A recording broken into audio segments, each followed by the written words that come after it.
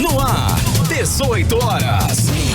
Notícias de Manaus, Amazonas, Brasil e do mundo. Agora na Mix. Bacana, muito bem. Boa noite pra você que está aí ligadinho em 100,7. Está ligado na sintonia certa. Mix FM, aqui é o espaço do jornalismo sério, isento e feito especialmente para você ouvinte. Nossa equipe é formada por profissionais de larga experiência e comprometidos com a ética e com a verdade. A partir de agora, você confere aí até às 7 da noite o programa 18 horas. Juntos no melhor mix, eu, Carlos Júnior, Karime Leão e Cid Soares. Hoje é sexta-feira. Oi. Final de semana eu vou sair. Ai, já desce a porção de calabresa aí e cerveja. Louvada divina. Eu vou beber, eu vou dançar, vou aprontar. Em homenagem a Karime Leão. A sociedade me rejeita. A sociedade eu sei que não gosta de mim. Pouquinho se amarra nessas, hein? Mas eu não Sextou, minha gente linda. Muito boa noite pra você. Vamos lá. Hoje é sexta-feira. Hoje é sexta-feira, uma boa noite pra você. Obrigada pela sua companhia. Você sintonizado na 100,7 na Mix FM. Sextou, galera. Sextou. Obrigada pela sua companhia durante toda esta semana. Boa noite pra geral aí. Boa noite pra geral. Isso. Meu Nosso amigo programa- Luciano, meu querido Paulo Castro. Olá, Toquinha. sextou. Boa noite pra vocês. Hoje temos o A Giro Zap do Lulu. News. Daqui a pouco, o Giro do Lulu lá no final, lá na ponta. Giro né? do Luz, preparem-se. Participa da bancada do 18 horas, nosso querido diretor de jornalismo, tá sempre aqui conosco com a sua opinião, ok? Com O programa começou hoje muito pra cima, né? Sexta-feira. Tudo A bem, escolha Paulo? musical de Paulo Castro. Paulo, você já está preparado para esta sexta? Pelo jeito tá, né? Porque... Só depois das 19. Emil Luciano, tudo certo contigo? Tudo certo, Tudo bacana, galera tudo no em riba? aplicativo Mano também já tá aí aguardando os ingressos. Último dia do sorteio, né, dos ingressos para Casem é ótimo. A peça que vai acontecer amanhã lá no É amanhã, hein, cara? No Plaza, lá Plaza. na área de Plaza. convenções, às Amanhã, 21 dia 3. horas. Rodrigo Soares já confirmou presença, hein? A partir das 9 da noite, Isso lá mesmo. no Plaza, Casem amanhã. é ótimo. Agora, quem é Rafael Cunha? Rafael né? Cunha, ele é uma Quem? cria do Cara, Carlinhos Maia, né? Ele se Cara, envolveu youtuber, ali, sucesso começou na a internet. aparecer e virou sucesso. Ele é bacana, você já viu ele? Já? Ele é meu engraçadinho, Deus. ele é gordinho assim, né? gordinho, fofinho. Ele já tem milhões de Ele é seguidores. nóis, né? Ele é nóis. Ele é nóis. Bacana, então, que legal. Ó, e tem ingresso de cinema também, hein? No finalzinho do programa eu volto pra presentear a galera que tá no Mano e também com o Giro do Lu. Mas lembrando que é só pra quem participa, acompanha, dá Isso. opinião, manda perguntas. Comenta. Faz o programa Tem com que a gente. interagir com nós. Exatamente. E a partir de agora, estamos juntos até as 7 da noite com informações mais relevantes e algumas exclusivas pra você. Olha aí. Notícias com credibilidade, você confere aqui no 18 horas, o programa de notícias e debates da Mix Manaus. Tá certo, então. Começou agora, hein? Sexta-feira, dia 2 de agosto de 2019. Sextou, galera. Vamos lá. Você está ouvindo 18 horas. A ex-primeira-dama do Amazonas, Nejmi Aziz, deixou o centro de detenção provisória feminino nas primeiras horas da manhã desta sexta-feira e já está em casa. Nejmi foi presa na Operação Vertex no dia 19 de julho, mas foi solta 2 dias depois, após conseguir um habeas corpus em Brasília. E foi presa novamente na quarta-feira, dia 31, quando o habeas corpus foi cassado. E teve, portanto, que cumprir os 2 dias que faltavam da prisão temporária. Bom, e hoje aqui no 18 horas você vai conferir que o governo do Amazonas arrecadou 280 milhões de reais a mais de ICMS no primeiro semestre deste ano, mas não tem recursos para pagar o 13º salário do funcionalismo. E que lideranças dos sindicatos e associações dos servidores públicos do Estado marcam para este sábado a Assembleia que vai decidir a deflagração de greve geral contra o congelamento de salários e promoções. Agora, com a participação de policiais, militares e bombeiros. E ainda hoje você vai saber o que funciona e o que não funciona com a suspensão parcial dos serviços dos médicos cirurgiões do Estado a partir deste sábado. Funcionarão apenas em 30% dos prontos-socorros. E apenas hospitais infantis, maternidades e Hospital do Câncer vão ter o atendimento em 100%.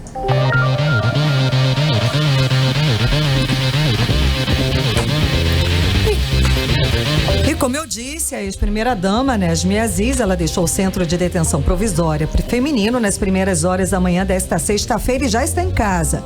Nejmi foi presa na Operação Vertex no dia 19 de julho, mas foi solta 2 dias depois de cumprir aí, conseguiu o habeas corpus em Brasília. Ela foi presa novamente na quarta-feira, dia 31, quando o habeas corpus foi cassado e teve, portanto, que cumprir os 2 dias que faltavam da prisão temporária. Nejmi é um dos alvos da 5ª fase da Operação Maus Caminhos, que investiga a prática de crimes de corrupção passiva, lavagem de capitais e existência de uma organização criminosa que desviou mais de 120 milhões de reais da saúde pública do Amazonas. E os venezuelanos que fogem do regime de Nicolás Maduro para o Brasil continuam em situação de vulnerabilidade. A situação de dezenas de famílias alocadas aos arredores da rodoviária de Manaus, por exemplo, é uma situação triste e desumana. Mas o Exército Brasileiro tem um belo trabalho de assistência aos retirantes venezuelanos. É a Operação Acolhida, que é um instrumento de ação do Estado brasileiro de apoio com pessoal, material, instalações, a organização das atividades necessárias ao acolhimento de pessoas em situação de vulnerabilidade. No caso aqui, os migrantes que chegam ao estado de Roraima e Amazonas. E para falar sobre essa operação, está nos estúdios das 18 horas, aqui no estúdio da Rádio Mix, participando do programa, o Coronel do Exército, Marriton Santos Dias. Boa noite. Boa noite, agradeço esse precioso espaço. Para nós é uma grande honra estar participando desse programa, a fim de esclarecer a população, né, fazer uma campanha de sensibilização e clarificar quais são os trabalhos conduzidos pelo Exército Brasileiro em parceria com as agências da ONU, né, as organizações estaduais, federais e municipais que estão num cerrado apoio junto conosco. Coronel, nós temos aí alguma estimativa de quantos venezuelanos estão nessa situação aqui em Manaus e em Boa Vista? Em Manaus, são diversos cenários, né? Aqueles no entorno da rodoviária, que são os totalmente vulneráveis, né? Em torno de 450, né? Que estão naquelas ilhas ali próximo ao viaduto. Há uma estimativa não oficial, porque a gente começou a acompanhar a operação aqui em Manaus a partir desse mês. Estima-se que tenhamos 17 mil venezuelanos em Manaus, né? Claro, muitos já vivendo inseridos no mercado de trabalho e outros nem tanto, né? Em Boa Vista nós temos em torno de 6 mil venezuelanos abrigados e um número de 2 mil pessoas vivendo nas ruas, né? Onde a gente presta algum apoio de água, serviço médico. A gente também fornece um local para eles pernoitarem e para guardar os seus pertences durante o dia. Era essa pergunta que já iria ser feita para o senhor. Qual é a assistência que o Exército dá a essas pessoas que vêm para cá? Agora me diga uma coisa, houve falava-se aí da construção de um novo hospital já em Boa Vista. Isso vai acontecer ainda? Não, a gente não tem essa informação concreta ainda, porque depende de articulação de diversos atores, né? Certo. Então não é tão simples. A operação Acolhida, né, que é essa operação que nós estamos falando, ela já está bem consolidada em Boa Vista. E por diversos motivos entendeu-se que deveria haver uma extensão da operação Acolhida aqui em Manaus, pela facilidade logística de interiorizar esses venezuelanos. Porque o fato de você controlar a fronteira, dar um abrigo, não resolve o problema. Ele tem que ser resolvido. E de que maneira? Através da interiorização. O que é a interiorização? É um programa onde nós pegamos e buscamos em todo o Brasil vagas de trabalho para que haja inserção de forma sustentável desses venezuelanos na sociedade brasileira, com direito a todos os serviços públicos que o cidadão comum tem, seja ele, né, a escola, serviço de saúde, carteira de trabalho, benefícios sociais, para que esse venezuelano deixe de ser um problema social, né, torne-se uma mão de obra, né, comece a pagar imposto e gerando dividendos para a nação. Então a gente quer inverter essa lógica, né, de um problema social, né, como uma força de trabalho, considerando também que É sabido que a diversidade cultural no ambiente de trabalho, ela fomenta, né, a inovação. Então a gente tem que entender e se sensibilizar não só pelo caráter humanitário, né, mas pelo caráter pragmático. O problema social, ele está ali. Você tem duas opções: passar ao largo e não fazer nada, ou com o passar do tempo você vai ser envolvido pelo problema, né? Por isso que eu achei muito importante, e mais uma vez reitero, agradeço esse espaço, né, que a gente poder divulgar não o trabalho das Forças Armadas, né, mas divulgar a necessidade da sensibilização da sociedade. E particularmente eu sou gaúcho e estou extremamente encantado com o calor humano do povo aqui de Manaus. Eu realmente não esperava encontrar essa receptividade. Já tá quanto tempo povo aqui? Receptivo esse, realmente. Eu também senti isso muito bem. Eu estou aqui há 21 dias, né? Nossa! Saí de casa, estava 0 graus, né? No dia que eu saí, cheguei aqui no... Quando abriu a porta lá no aeroporto... Ele não encontrou só o calor humano. Né, Carlão? O Carlão é de São Paulo, eu sou do Rio de Janeiro e a gente adora essa cidade. Eu sou meio manauara, né? Estudei aqui, cresci aqui. Então estamos aqui. Ei, Coronel, eu acho que é uma pergunta que todos nós nos fazemos. Nesse contato direto que vocês têm com esses venezuelanos, o que eles alegam de fato como justificativa para sair, né, do país deles e ficar aqui no Brasil nessa situação, né, uma situação triste, uma situação de penúria, uma situação de miséria, né, praticamente. O que acontece de fato para eles fazerem essa mudança, essa transferência, cara? A tua pergunta foi muito interessante, né? A gente conhece o contexto político, conhece a situação, né, a carência humanitária, mas eu particularmente, eu tomei a liberdade e fui indagar diversos venezuelanos, né, para entender, né, o que motiva uma pessoa a sair da sua terra, do seu lar, onde muitos têm casa, né? São 30% desse pessoal que está aí tem nível superior, né? Então, quando você pergunta, né, houve uma depreciação da capacidade das pessoas de compra, basicamente. Então, o salário mínimo hoje na Venezuela está em torno de $8, que dá para comprar 1 quilo de frango, né, para um mês. Então, assim, é fome. As pessoas têm fome. Eu perguntei para uma mãe, né, por que a senhora abandonou? A senhora tinha casa? Triste. Tinha, né? Por que a senhora veio para cá? Daí ela me chama, Coronel, eu estava 3 dias dando mamão para os meus filhos. Aí meu filho começou a chorar, mãe, eu não quero mais mamão. Então ela pegou os 3 filhos, comprou uma passagem, os 3 filhos em 2 lugares, vieram os 4 em 2 bancos de ônibus, né? Para tentar a esperança, né, de um futuro melhor, né, algo mais promissor à frente. E o Brasil, historicamente, né, se vocês me permitirem explicar, a gente tem essa fama já. Então, como é que era chamado na Segunda Guerra Médica? Os pracinhas, de boa praça. Eu estive no Haiti, como era chamado? Bom bagai, cara legal.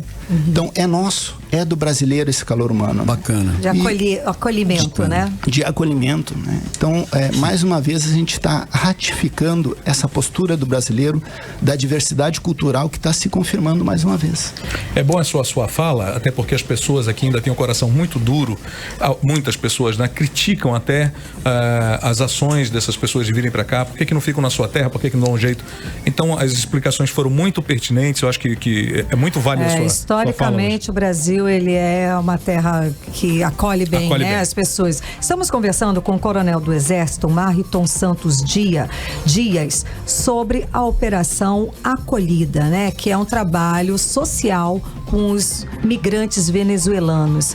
Então, coronel, é uma situação extrema, né? O senhor deve ter conversado com várias pessoas, com vários profissionais e que chegam a esse ponto para vir largar tudo e vir para cá. É uma situação realmente de regime autoritário.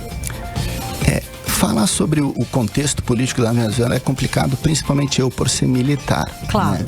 Mas é sabido de todos que houve uma degeneração, um colapso do sistema econômico da Venezuela devido a uma política adotada de assistencialismo e baseada no barril de petróleo que oscila. Então, se ele viveu épocas de ouro quando o barril de petróleo estava $110, agora baixou. E não havia indústria de base, algo sustentável para manter a economia. E com esse colapso não foi possível sustentar. A própria PDVSA, né, que é a estatal do petróleo, durante essas gestões, né, de Chaves e Maduro, triplicou seus quadros sem aumentar 1 litro de petróleo. Então você vê que caminhava para um esgotamento de todos os serviços. E hoje o que a gente está constatando, né, é o que vocês podem acompanhar nas mídias sociais, na televisão, no rádio, né? E é a maior crise humanitária da nossa fronteira, né? E se vocês forem buscar dados, né, infelizmente a Venezuela já ultrapassou a Síria, já ultrapassou o Afeganistão. São mais de...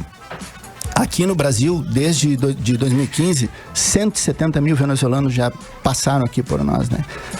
10% dessas pessoas pedem auxílio, são pessoas ultra vulneráveis, né? Que não têm assistência a nada. E não se compara com a situação do pobre no Brasil, porque eles não têm água, eles não têm comida, eles não têm pátria, eles não falam a língua deles, eles estão longe de tudo, eles estão abandonados. O não ter pátria eu acho que é o que mais pesa, né? A língua a gente vai se adaptando, mas o não ter pátria eu acho que deve ser. E aqui, enfim, reitero aqui o compromisso da Rádio Mix de debater assuntos realmente relevantes. Então, eu queria colocar uma situação até para dar uma luz maior nesse assunto. Eu estive uma época na Venezuela, quando as coisas estavam bem, houve uma enchente muito forte lá. Para você ter uma ideia, ainda era o Hugo Chávez. E existia um hotel de muita força lá dentro, que era o Hilton Suites. E o Chávez, num momento de clara loucura, ele mandou, insensatez evidente, mandou que abrissem vagas para os venezuelanos ficarem acomodados no Hilton Suites. Ou seja, ele fez uma tremenda ação social, né, que foi aplaudida pelo povo, porém afastou os empresários que pretendiam investir ali. Então isso é um dos sinais, né, de que não existe uma clareza da forma de se conduzir uma postura com o empresariado, enfim. Toda vez que você não tiver uma... Prossiga, Coronel, prossiga. Toda vez que você não tiver uma segurança política, uma estabilidade política, uma estabilidade econômica, você vai ter dificuldade de atrair um capital empresariado, ele não vai se sentir seguro de botar o seu recurso ali, né? Então, naturalmente, esse tipo de postura, né, ele afugenta, né, o capital, seja local ou estrangeiro, né? E da Venezuela, que a gente estava falando, uma população de 32 milhões de habitantes, já teve um êxodo aí, uma migração de 12% da população, né, para diversos países, né? E em que pese, né, parecer bastante, mas o Brasil é o 6º país, né, dentro na colocação das procuras, né? Então, na escolha deles, né? Na escolha. Então a gente tem Peru, entre outros países, pela facilidade do espanhol, né, que para eles é uma barreira mais aqui. Sem dúvida, sem dúvida. Coronel, o que a sociedade, o ouvinte que nos escuta, que nos acompanha, o que a gente pode fazer para ajudar nessa operação, para ajudar nessa situação? Nós desdobramos agora no início da operação um posto de recepção e apoio localizado ao lado da rodoviária, né? Então ali a gente está oferecendo banho, água, né, um local para lavar roupa e um local para guardar os seus pertences. E existem diversas iniciativas individuais, levando uma sopa solidária, leva um sanduíche, outro leva um alimento, e a gente está, emboscando essas pessoas no bom sentido, né? E tentando coordenar esse esforço, em vez de ser um esforço individual, coordenar o esforço para que haja um planejamento e todos os dias tenha uma fonte de alimento para eles, né? Então hoje, né, nós já temos alimentos ali para 4 dias da semana e 3 dias a gente está buscando parceiros, né? A própria sociedade civil está apresentando uma resposta, né? Como eu havia dito antes, o calor humano, né, do povo de Manaus tem me surpreendido. E de forma bem objetiva, né, tentando responder a tua pergunta, né, que nos procurem aqueles que tiver alguma possibilidade ou se sentirem sensibilizados ou quiserem nos ajudar. Nós estamos lá 24 horas por dia, 7 dias por semana. Tem um posto do Exército ali? Um posto do Exército desdobrar. Começou quando? Quando que vocês estão lá? Desde quando, né? Nós estamos desde 1º de junho. Perdão, 1º de julho. Mês agora. Que mês bem agora. recente. É bem recente. Coronel, qual é Tá lá na rodoviária mesmo? Ali na rodoviária rodoviária. tem um posto do Exército e a gente pode procurar para oferecer qualquer tipo de ajuda. Perfeito. Qual é a expectativa, Coronel, Inclusive, trabalho para as pessoas? voluntário. Trabalho voluntário também, Coronel? De todas as naturezas, né? Então a gente recebe, a gente faz o filtro, a gente organiza, a gente distribui. Porque nós aqui do Exército, nós somos em 40 aqui em Manaus, né? Então nós temos 3 bases para gerenciar. A gente já tem uma parceria aqui temporária com uma escola de samba, a Escola de Samba Sem Compromisso, que a gente está usando as instalações para pernoite dos venezuelanos enquanto eles não embarcam. Eu não sei se eu tenho tempo para falar 1 minuto sobre o processo de interiorização. Fique à vontade. Assim, o processo de interiorização, ele é composto por uma logística, por documentação e essa logística, ela é basicamente aviões. Então, eu tenho 3 modais. Eu tenho a Força Aérea, eu tenho aproveitamento de vagas, que é uma parceria com as empresas aéreas, que elas nos dão essas vagas ociosas, né? Então eu tenho que ter um pessoal sempre em condições de embarcar, uma logística para fazer esse aproveitamento. E a terceira via, que é a compra de passagens, né?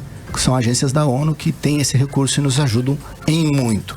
Então eu estaria sendo injusto se eu não reconhecesse, né, o trabalho realizado pelas agências da ONU, juntamente com a Prefeitura de Manaus, muito próxima, e o governo do estado da mesma maneira, muito solícitos, né? Então, esses 3 modais é o que a gente usa para fazer a interiorização. E o que é essa interiorização? É tipo um call center, onde eu tenho alguns militares fazendo a prospecção, o garimpo, um trabalho artesanal. Eu ligo para a Rádio Mix e pergunto, eu tenho um locutor aqui, ó, que ele era locutor na Venezuela, te interessa? Me interessa. Aí eu faço uma videochamada, né? Tem uma documentaçãozinha básica, dá um match, né? Deu um match. Deu um match. Aí a gente faz lá um acordo e eu providencio o transporte para aquele destino, seja qualquer cidade do Brasil. Vocês conseguem isso. Nossa, que fantástico. Coronel, eles estão aqui, né, no Brasil, de um modo geral. E é uma situação que tem que ser resolvida, não é isso? Porque eles não podem ficar o resto da vida nessa situação, nessas condições. Uma pergunta, ainda estão chegando mais? Ainda continua esse processo de vir? E qual é a expectativa desse pessoal que está aqui? Como vai ser realmente solucionado? Porque tem que solucionar essa questão. Eles não podem ficar lá na onde eles estão, né? Qual é o caminho para isso, para solucionar Diariamente passam pela fronteira em Pacaraima de 250 a 500 venezuelanos, todos os dias. Desses 500, 10% solicitam refúgio, né, ou moradia temporária aqui. Que isso aí é uma autodeclaração, não posso obrigar ele a ser refugiado, ele tem que se declarar, né? Isso é uma exigência aí da ONU, né? A solução está exatamente neste ponto que eu comentei contigo, né? Que é a interiorização, é a inserção desse povo no mercado de trabalho. Deixar de ser um programa de assistencialismo, né, para que eles comecem a integrar a força de trabalho no Brasil, utilizando as suas expertises já adquiridas. Por exemplo, eu tenho lá na base um cidadão que nos ajuda, né? É uma parceria com a prefeitura paga um salário, foi um acordo que nós fizemos. Ele é formado em engenharia elétrica e trabalha como eletricista. Olha, fantástico. Né? Eu tenho soldador, me esqueci o nome agora, mergulhador e soldador. O cara trabalhava lá naquelas tubulações, né, do oceano. O cara, a experiência dele, a capacidade dele. Essa senhora extremamente especializada. É muito especializada. Essa senhora é enfermeira que não tinha comida para dar para os filhos, né? Poxa vida. Então, assim, vai da nossa sabedoria em saber usar essa mão de obra tão especializada, né? E como eu disse, alguns nem tantos, né? Mas daí a gente consegue inserir, seja de diversas habilidades. Eles aceitam com facilidade essas questões? Eles escolhem alguma coisa? Exigem alguma coisa? Eu já vi alguns comentários em relação a isso. Assim, ó, na sua grande maioria, eles estão dispostos a qualquer coisa. Eles enfrentam, eles vão, eles têm... O próprio avião, o Hércules, ele é um vagão de trem vazio, então viajar nele daqui para Santa Catarina é um desafio, né? Eu conheço, não é fácil, não. É difícil, né, Carlão? É bem verdade que que o outro, ele recusa o trabalho, ele não quer ir para o sul, ele quer ir para o nordeste, mas isso são articulações e são problemas pequenos e pontuais. Pontuais, né? No geral, a grande massa é muito fácil de trabalhar, até porque eles não têm nada. Coronel, é uma dúvida e é um questionamento que já me foi feito antes. Se um jovem, por exemplo, ainda em 17, 16 anos chega aqui no Brasil e tiver a vontade de ingressar no Exército Brasileiro, existe essa possibilidade? Sem problemas, porque a Constituição ela diz, né? Ele vai ser naturalizado brasileiro. Existem algumas restrições com algumas carreiras, né? Mas ele se alistar e servir o Exército Brasileiro não há problema. Desde que ele faça toda a sua documentação necessária, né? Perfeito. E este serviço ele está sendo providenciado em Boa Vista. Então existe lá um posto de triagem com todas as agências, então ele vai sair de lá com CPF, carteira de trabalho, as vacinas, a documentação pertinente, a solicitação de refúgio. E o que tem em Boa Vista, o objetivo a médio prazo, cerca de 2 meses, nós replicarmos aqui em Manaus. A mesma estrutura que tem. Abrir essa oportunidade. Exatamente. Para que a gente insira esses venezuelanos que estão em Manaus nesse processo de interiorização. Muito obrigada pela entrevista. Conversamos com o Coronel do Exército, Marriton Santos Dias, sobre o programa, né, de a Operação Acolhida. É um nome maravilhoso. Suas considerações finais, Coronel. Então, acho que para encerrar, né, mais uma vez, está se confirmando essa postura acolhedora, né, do povo aqui de Manaus. Estou muito surpreso, muito feliz. A gente espera fazer um trabalho a contento. Dizer que eu conto com a população de Manaus, isso aí seria, né, redundância, porque o pessoal já está nos ajudando. Está ajudando. Já estão sensibilizados. A ideia agora da busca desse espaço é para que eles saibam que é possível coordenar o esforço, né, de forma sinérgica, né, obtermos um resultado mais eficiente. Muito obrigado. Obrigado, senhor, e boa noite. Muito obrigada e sucesso. Agora 6 horas e 26 minutinhos, você está na sintonia certa, Mix FM, o programa é o 18 horas. Mix. Bom, agora nós vamos de música. Abriu o playlist, né? O playlist. Seguimos agora para a primeira do playlist 18 horas aqui em 100,7. Eu achei maravilhoso. As cores eu achei lindo, adorei tudo. Não te vaza ouvir. Aliás, Karime, hoje você está belíssima, né? Hoje a Karime está sempre bela, sempre bela. Está no clima, nossa querida. Clima de sexta-feira, Vocês são os queridos, hoje, né? Obrigada, amores. Ela ainda continua em busca de um grande amor. Ela já Vestida errou. para matar? Não desisto nunca, Ela já né? errou. Paula Capa! Como assim, gente?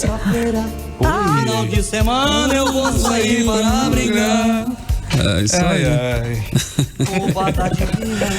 Muito bem. Barda Divina, que ótimo. Barda Divina, vamos pro Barda Divina. Então, participe aí com a gente do programa 18 horas, o programa de notícias e debate da Mix pelo WhatsApp aí, é o 9312-1007. Cadê o Rodrigo Soares, meu irmão? Hoje nós vamos fazer o trânsito daqui a pouquinho, ele está fazendo um levantamento aí do trânsito. Nós vamos agora com a arrecadação aí do ICMS, não é isso? Exatamente, a arrecadação de ICMS pelo governo do Amazonas no primeiro semestre deste ano cresceu 5,65%, passando de 4,9 bilhões de reais para 5,2 bilhões de reais em relação ao mesmo período de 2018. São 282 milhões de reais a mais que entraram nos cofres aqui do estado, hein? Nos 6 primeiros meses desse ano, em comparação com o igual período do ano passado. Os dados são do Boletim de Arrecadação de Tributos Estaduais do Conselho Nacional de Política Fazendária, o CONFAS. A maior arrecadação do ano em fevereiro, somando 942,1 milhões de reais só em ICMS. Neste mês, em 2018, a receita foi de 890,2 milhões. O ICMS representa 88,71% de toda a receita no período. O interessante é que esses números foram fornecidos pelo próprio governo do estado ao CONFAZ. Aí não há desculpa de que há equívoco, erro na informação. Mesmo arrecadando bem mais do que o governo anterior, a atual administração não pagou a primeira parcela do 13º salário, agora em julho. E ainda aprovou na Assembleia Legislativa lei que congela os salários e suspende as promoções até setembro de 2021. E vem também atrasando o pagamento dos fornecedores e das empresas médicas e de enfermagem. Exatamente, Karine. A partir de amanhã, os médicos, cirurgiões ligados ao ICEA vão simplesmente suspender as cirurgias eletivas e passam a executar apenas os procedimentos de urgência. Isso é muito grave. E o presidente do Instituto de Cirurgia do Estado do Amazonas, o José Francisco, explica aqui para nós no 18 horas, para você ouvinte, como vai ser a paralisação da categoria. Em primeiro lugar, o serviço de emergência estará funcionando somente 30%, que é contratual, em todas as unidades de saúde, as grandes pronto-socorros, como Platão Araújo, João Lúcio, 28 de agosto.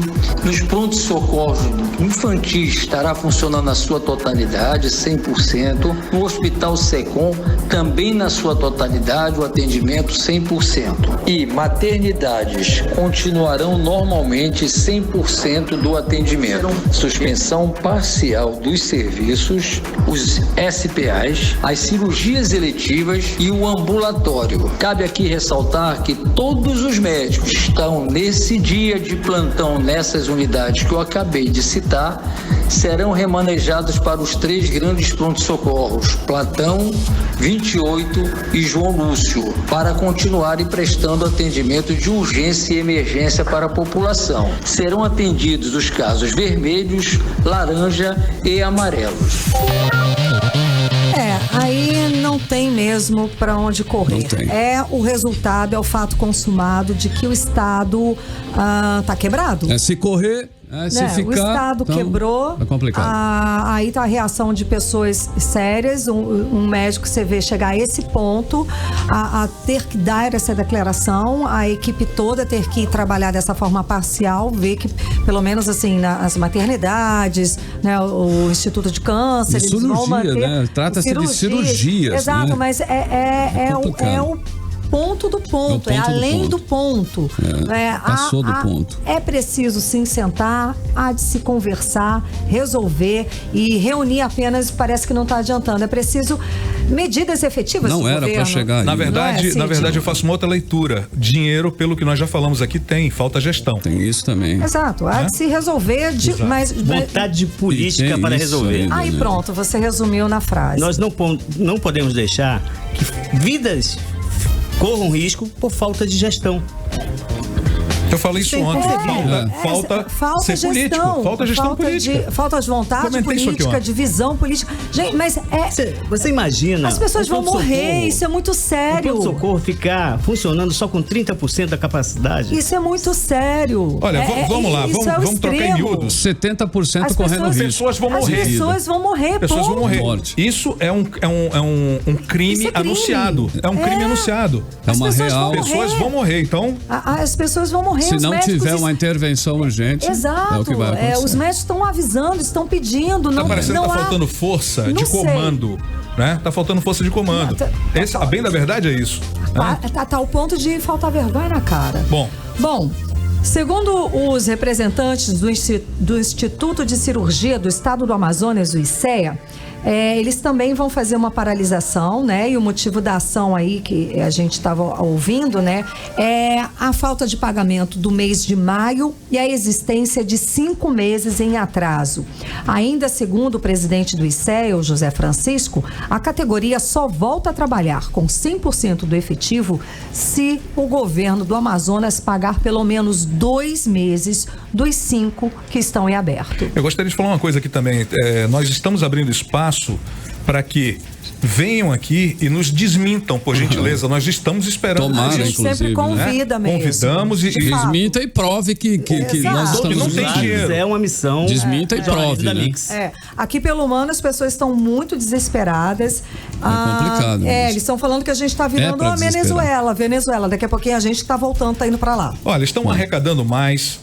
E está faltando dinheiro para a saúde, para pagar o 13º do funcionalismo, para cumprir as datas base dos servidores, enfim, é o caos financeiro instalado, total, de acordo com o que diz aí a justificativa do governo. Exato. É muito difícil para o governo convencer a todos, inclusive os servidores, de que não tem recursos.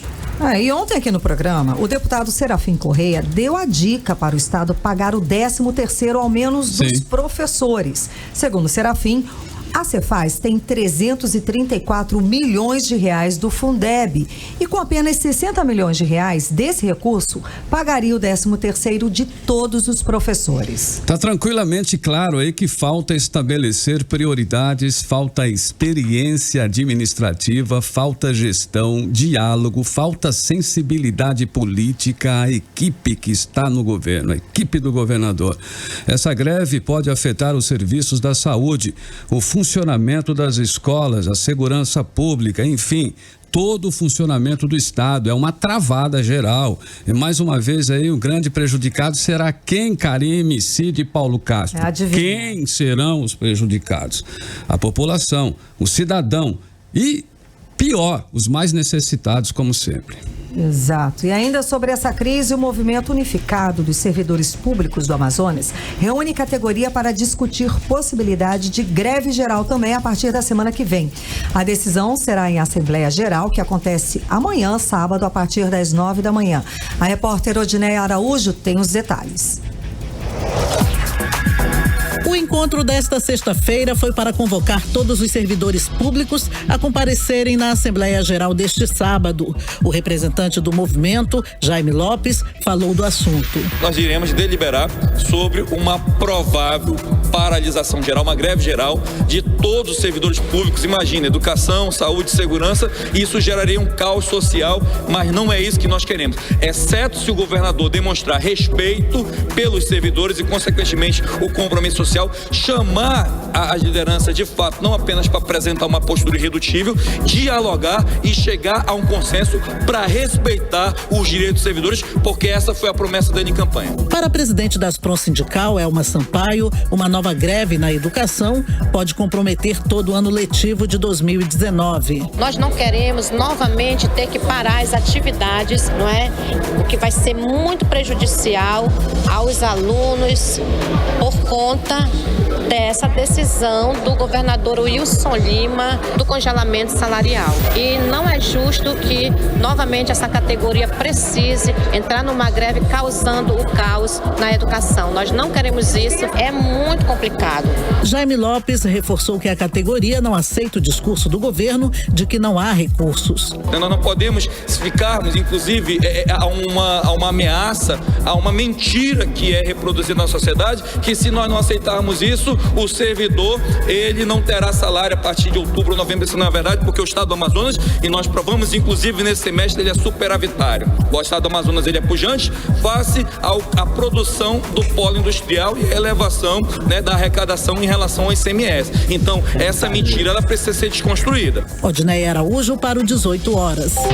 E depois de aprovarem a deflagração da Operação Padrão, policiais militares acenam com greve geral por tempo indeterminado, caso o governo não volte atrás na decisão de congelar salário dos servidores e suspender promoções até 2021. O governo Wilson Lima cancelou as reposições negociadas no governo anterior. A reportagem é de Odineia Araújo. Desde que a lei foi aprovada na Assembleia Legislativa do Amazonas, dia 12 de julho, a Polícia Militar tentava uma negociação isolada com o governador Wilson Lima.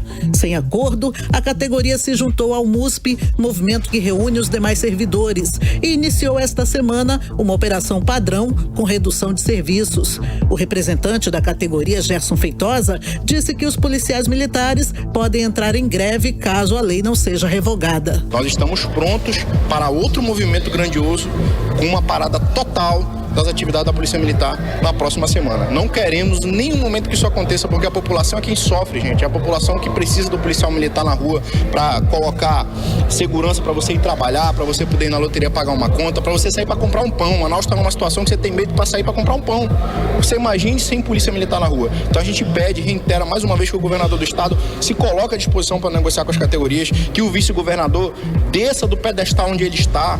O presidente da Associação de Praças do Estado do Amazonas completou que conquistas obtidas pelos policiais foram canceladas pelo que chamam de pacote de maldades do governo Wilson Lima. A Polícia Militar tem 4 anos de database atrasada, né? A database não foi paga pelo Melo, não foi paga pelo Davi, que foi o governador interino, não foi negociada com o Amazonino, que pagou no ano do governo dele 4%, certo? O mesmo Amazonino fez um parcelamento no total de quase 26% para a Polícia Militar, para serem pagos, somados ainda às databases dos anos subsequentes. O projeto estava em vigor desde a administração do Amazonino e a obrigação do governo atual era pagar esses percentuais que estão parcelados. E, infelizmente, o governo não quis pagar mais esses percentuais, honrar com esses parcelamentos, e o que fica para o servidor público da Polícia Militar em específico é que nós ficamos aí 4 anos sem database, estamos com o nosso salário parcelado, agora vamos para 6 anos com o salário congelado, gente. Volto com vocês.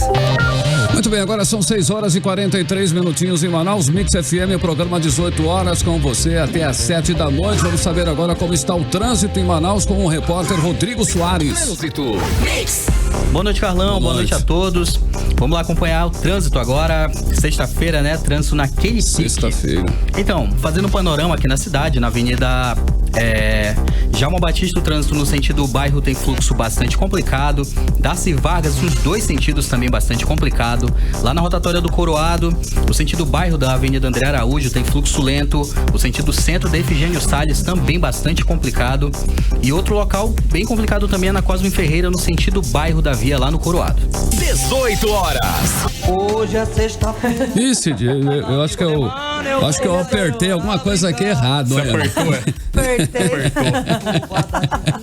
Eu acho. Cara, para com isso, tá com cheiro de cerveja no estúdio. Como é que é o nome do bar? Bar da Divina. Pronto, bora lá no pro bar da Azul. Bora de Talk Show. Bora de Talk Show. Vamos lá. Agora na Mix, Talk Show com o Rogério Morgado. O meu programa de entrevista, tá ok? Começando mais um Talk Show. Hoje meu convidado é um cara que está nos alegrando aí no nosso fim de noite há anos. Uma salva de tiros pra Amaury Júnior. Meu amigo presidente! Mas não começa não. Você é amigo de todo mundo, pô? Eu sou amigo de todo mundo. Você é amigo de presidiário também? Já visitou lá em Curitiba? É que você curte uma cachaçinha também, pô. Cadê a sadia, ô? Traz um uísque aqui pro meu amigo. Olha que eu bebo. Ô Mari, como você pode ser amigo de todo mundo que você aí nem conhece, tá ok? É o poder do uísque. Toma uma comigo, presidente. Pô, mas eu não bebo aí, pô. Por isso não tem amigos. Olha só, esse tocante eu tenho que discordar porque eu tenho amigo sim, pô. Aí, o Hélio Negão é meu amigo, tá ok? Cuidado que eu vejo sempre esse negão atrás de você. Cutuca! Que isso, pô? Olha só, já tá tonto. Tá bêbado. Você pode voltar outro dia, tá ok? Prefiro o Otávio Mesquita, que é chato, pelo menos é sóbrio. Logo mais a gente volta! Você ouviu na Mix Talk Show com o Rogério Morgado. A qualquer momento tem mais. Tá ok?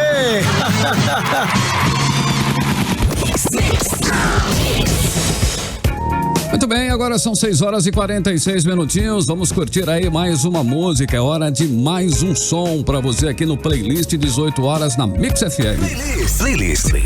Playlist 18 horas. O clipe que conferimos aí no Super App Mano é da canção Finder Creepers, né? Do EP de estreia Bedroom.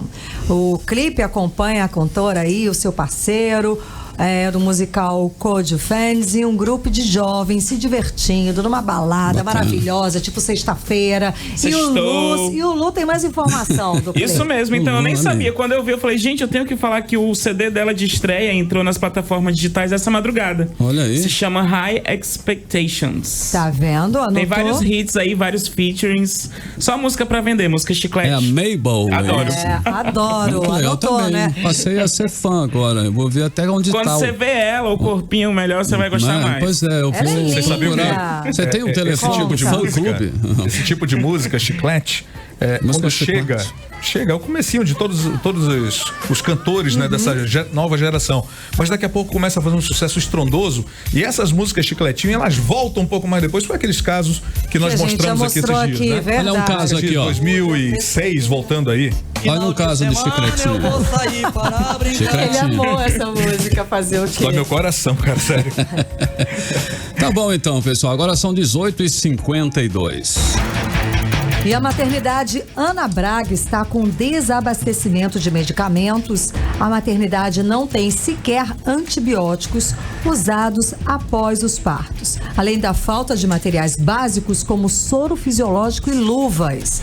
As informações a gente confere agora, mais detalhes com a repórter Nathalie Moraes. O Sindicato dos Médicos do Amazonas, o CIMEAM, realizou uma fiscalização na maternidade Ana Braga e identificou uma série de irregularidades na unidade que é referência. Segundo o CIMEAM, o desabastecimento de medicamentos é de 62% de produtos para a saúde. Para quem nos acompanha pelo aplicativo Mano, pode conferir as imagens enviadas pelo sindicato à nossa equipe de reportagem, onde mostra toda a estrutura do local. Toda essa visita foi coordenada pela presidente do Sindicato dos Médicos, a doutora Patrícia Sichá, que relatou a situação. É a parte da falta de insumos. Hoje, insumos e medicamentos. Hoje a maternidade está abastecida por 32% de tudo, seja medicamentos, insumos. Nós tivemos reclamação que na noite passada do plantão da visita faltava luva de procedimento, ou seja, como é que o cirurgião vai fazer uma cesárea sem luva ou o obstetra vai segurar o neném sem luva. Imagine, coisa tão simples, mas está faltando tubo. E medicamentos importantes, como antibióticos, medicamentos para a parte anestésica, para urgência e emergência, colocando em risco, como eu falei. Então, este governo está brincando com a saúde do Amazonas. Ele está colocando em risco toda a população que está precisando de serviços. O Sindicato dos Médicos vai elaborar agora um documento constatando todas as irregularidades identificadas na maternidade Ana Braga e encaminhar as cópias dos relatórios para todos os órgãos responsáveis, inclusive para o Ministério da Saúde. Nathalie Moraes para o 18 horas. Bom, e como falamos ontem aqui no 18 horas, depois de 4 meses de trabalho, a CPI dos combustíveis da Assembleia Legislativa do Amazonas chegou ao final sem conseguir provar que existe cartel em Manaus e que nem os postos praticam, nenhum posto aqui pratica preço abusivo. Ou seja, como falamos ontem aqui, pizza. Acabou em pizza. Mas isso gerou polêmica. O secretário interino da Secretaria Municipal de Defesa do Consumidor e Ouvidoria, o Rodrigo Guedes, comentou com a seguinte frase: só pode estar de brincadeira com a população. Eu conversei com ele e, enfim, o secretário conversou e deixou aí um recado pra gente. Vamos conferir o áudio dele. Essas primeiras afirmações que eu vi pela imprensa, elas ainda não são algo, digamos assim, oficial no sentido de estar colocado no papel, me deixam bastante preocupados. Eu vou aguardar a publicação. Foram 120 dias, recursos públicos tomados, utilizados, inclusive visita em postos, distribuidores. Eu espero que isso tudo dê uma resposta satisfatória à população. Bom, e Guedes entregou à CPI dos combustíveis uma série de documentos colhidos durante as atuações dos PROCONs estadual e municipal nos postos de combustíveis e distribuidoras. Mas mesmo assim, a CPI, digamos assim, fracassou. O deputado Álvaro Campelo queria prorrogar a CPI, mas não conseguiu. Vamos agora conversar com o deputado que está na linha. Boa noite, deputado. O senhor nos escuta? Boa tarde, boa noite a você, Karime, boa noite a toda a equipe. Boa noite. Aí da Mix e do programa 18 horas. Estou aqui no meio da estrada, mas escutando perfeitamente. Ok, então, deputado, o que o senhor achou do resultado final desta CPI? É só uma pequena correção, ainda não houve a finalização dos trabalhos da CPI. Na segunda-feira, às 10 horas da manhã, haverá uma nova reunião em que será apresentado o relatório dessa CPI e caberá aos membros da CPI aceitar ou não esse relatório e discutir essa possibilidade, né, que foi ventilada do final da CPI. Eu já me pronunciei publicamente ontem da tribuna da Assembleia Legislativa, do conhecimento de todos, que eu discordo da finalização dos trabalhos da CPI. Eu acho que ainda faltam elementos para que a gente possa encerrar esses trabalhos, falta uma análise de mais documentos, faltam oitiva de testemunhas ainda que são insuficientes para que nós possamos realmente dar uma resposta concreta para a população e, portanto, na segunda-feira isso vai ser decidido. Mas a minha experiência me diz que nós não podemos encerrar nesse momento em que é um momento crucial para que nós possamos dar uma resposta concreta à população do estado do Amazonas. Boa noite, deputado. Aqui é o Azaf Augusto falando. Tudo bem? Tudo bom, Azaf. Então, eu acompanhei ontem a sessão da Assembleia, vi lá o senhor falando sobre a questão da CPI, mas eu percebi na fala da deputada Alessandra Campelo e na deputada Joana Dark, né, Joana que é presidente da CPI e a Alessandra relatora, que elas querem encerrar, né, essa CPI. O senhor propôs ali os outros 30 dias para continuar fazendo essa investigação, fazer todo esse levantamento que o senhor está falando, só que os deputados, né, os seus colegas ali na Assembleia também disseram que eram a favor de encerrar a CPI. Eu percebi ali uma vontade quase geral do encerramento, né? Uma expectativa para o encerramento. O senhor não teme que isso aconteça, então, de forma prematura, como o senhor mesmo fala? Azaf, você é uma pessoa muito presente, acompanha bastante o movimento, os bastidores da política. Você viu que desde o começo, aliás, no meu primeiro dia, na minha estreia como deputado estadual na Assembleia, no meu primeiro pronunciamento, eu propus a CPI, enfrentei muitos obstáculos, enfrentei muitas dificuldades, já sabia disso, já sabia que propor uma CPI para investigar um segmento tão poderoso e que mexe com tantos interesses traria esse resultado, mas ainda assim, acreditando nas minhas convicções, acreditando no trabalho que a gente realiza há quase uma década na seara do direito do consumidor, propus a CPI e, graças a Deus, nós conseguimos emplacar as 8 assinaturas. Então, naquele primeiro momento ali, eu estava praticamente pregando do deserto sozinho. Eu acreditei e consegui reverter a situação que parecia irreversível. Então, mais uma vez, acreditando no bom senso de todos, acreditando que os parlamentares estão ali para representar bem a população, eu vou tentar mais uma vez na segunda-feira, nessa reunião, convencer da necessidade da prorrogação desse prazo e, caso eu não consiga, eu vou tomar as medidas que eu julgo necessárias, porque esse é um trabalho que ele não pode parar agora, independente de CPI ou não, mas é algo que é uma questão de honra nós podermos dar uma resposta efetiva e satisfatória à população do estado. Com essa perspectiva que eu falei que está acontecendo do encerramento, né? O que o senhor pode deixar, já para finalizar aqui a nossa entrevista, o que o senhor pode deixar para a população, para os nossos ouvintes? Porque toda vez que a gente posta uma matéria, publica uma matéria falando sobre a questão da CPI, tem sempre aquelas reclamações, isso vai acabar em pizza, isso não vai ir para frente. E com essa expectativa de encerramento precoce, quais são as suas últimas palavras aí para deixar para os ouvintes em relação a isso? Eles podem ficar tranquilos ou não? Da minha parte, eles podem ter a plena certeza que vão ter de mim sempre a mesma postura combativa que eu tive, corajosa de enfrentar um segmento que é, sem dúvida alguma, um segmento que tem uma força muito grande, que tem tentáculos em todos os espaços, e eu vou fazer, ainda que de forma individual, eu vou prosseguir esse trabalho, porque é um trabalho meticuloso, é um trabalho que leva tempo, são muitas nuances, são muitas informações, tem a demora da chegada de alguns documentos, análise oitiva de testemunhas, então é algo complexo e que, como falei, é necessário, sem dúvida alguma, que se prorrogue por pelo menos 30 dias. Ok, muito obrigada pela entrevista, pelas informações. Uma boa noite para o senhor. Muito obrigado, um grande abraço a todos. Conversamos com o deputado Álvaro Campelo sobre a CPI dos combustíveis. Você está ouvindo 18 horas. Muito bem, agora são 7h02 em Manaus. Tem resultado de promoção, né? Tem Giro do Lu, né? Giro do Lu. O Lu já está preparado, já está na área. Correndinho hoje. Correndo. O Giro do Lu nesta sexta-feira. Vamos lá, meu povo. Olha só, essa semana a nossa cantora linda e gata Katy Perry passou por uma situação super chata nos tribunais. Nossa. Ela perdeu o caso de plágio de um dos seus maiores hits, a música Dark Horse.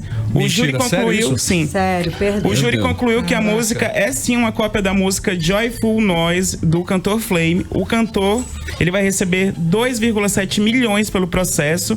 Desse valor, a Katy vai ter que pagar 500 mil dólares e o restante será pago pela gravadora Capitol Records. Olha só, agora todo mundo faz quando eu falar que se separaram, tá? Vamos lá, ó. Fernando Zor e a cantora Maraísa, da dupla Maiara e Maraísa, terminaram o namoro. Os dois estavam juntos desde o início do ano e oficializaram a relação em maio. O sertanejo declarou que o término não foi por falta de amor. A assessoria da Maiara disse que a cantora não iria se pronunciar sobre o assunto. Eu já acho que ela pegou ranço mesmo da cara dele e quer seguir em frente. Cantora sabe como é que é, né? Olha só, e tem mais um aqui rapidinho. A nova fase da Marvel Studios está chegando com tudo e terá sua primeira heroína transgênero. Buscando trazer mais diversidade para suas produções, a Marvel está buscando uma atriz trans para interpretar a personagem Jéssica. Arrasou, baby. Que já deve entrar em destaque em algum dos seus próximos filmes. Eu já tô doido para saber qual vai ser o poder dela. Eu acho que vai ser o poder de pegar os boys na balada. Eu acho que vai ser tipo isso. Resultados, estão todos desesperados aqui no Mano. Quem ganhou? Vamos lá, resultado. Calma, rapidinho, gente. Eu tô girando ainda. Quem vai pro cinema hoje é a Ingrid Laila e a Gisele Souza. E quem vai pro show de humor, Casem é ótimo, é o Cícero Almeida. Muito bem! Aí, pessoal, agora 7h04 e não se esqueçam, hein? Final de semana eu vou sair para... Bom, com isso vamos direto para o nosso editorial 18 horas. Editorial 18 horas.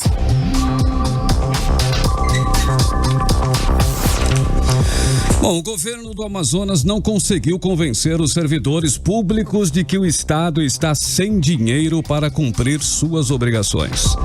O Estado não foi capaz de provisionar e economizar recursos para pagar a primeira parcela do 13º, quebrando uma tradição de décadas no Amazonas. O Estado não equacionou, não resolveu as pendências com as empresas médicas. Cerca de 200 cirurgiões ameaçam suspender as cirurgias eletivas a partir deste sábado, amanhã, dia 3, caso o governo não quite parte da dívida que tem com a categoria. O governo substituiu enfermeiros qualificados para atuar em UTIs por profissionais não especializados para atuar nesse ambiente, elevando os riscos de morte quando deveria aumentar as chances de vida. Os policiais militares e bombeiros deflagraram Operação Padrão, limitando a ação no dia a dia, o que vai resultar em mais insegurança na capital e no interior. Os professores que há pouco tempo encerraram uma longa greve na rede estadual podem voltar a paralisar suas atividades, comprometendo o ano letivo, o que seria um prejuízo irreparável para a vida escolar de milhares de crianças e jovens. E diante desse quadro de caos e de insatisfação geral, o que faz o governo?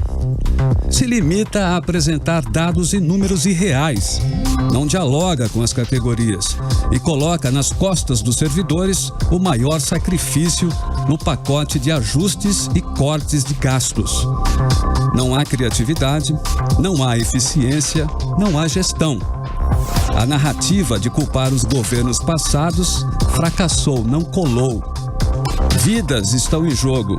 A sociedade exige respostas e não mais desculpas esfarrapadas.